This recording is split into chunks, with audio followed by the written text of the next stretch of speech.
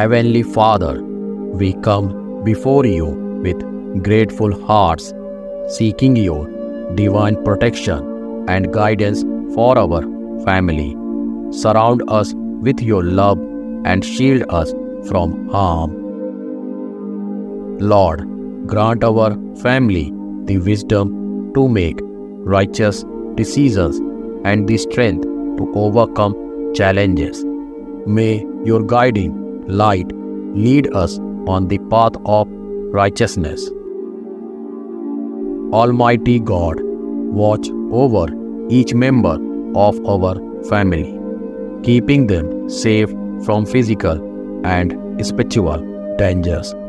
Let your angels encamp around us, guarding us day and night.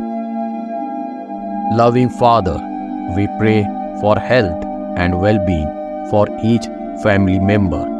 Guard us against illness and surround us with your healing presence. Lord, bless our home with your peace. Drive away any negative influences or discord and fill our hearts with love, understanding, and forgiveness.